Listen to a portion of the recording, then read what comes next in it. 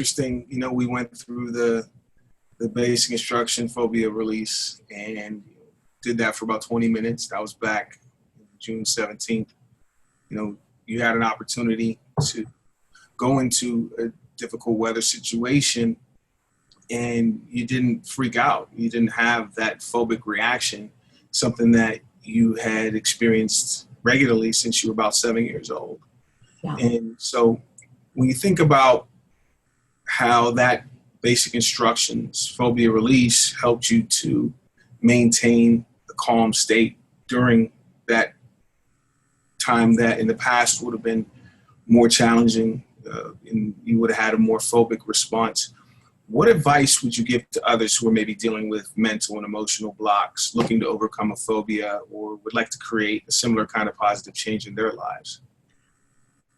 I thought because it was a little girl who had this experience, that was part of my baggage for the rest of my life, that there was no way to change my perception of that experience because that was so long ago, and not knowing tools to almost erase the deep fears that came with that experience, because that was a past and that was who I was going to be for the rest of my life, was someone who was frightened.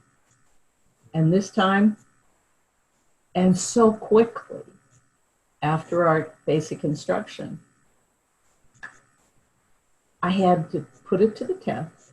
And now I'm kind of like, come on, let's have another storm. Let's see how we do. Right. As opposed to the fear-filled, not fearless person. I lived fear-filled. And what was even better was that experience in the car. I was alone, not dependent on someone else to rescue me. I was doing it all by myself. I wasn't having someone talk me through it to get me home, which I've done in the past. I was all alone and I was okay.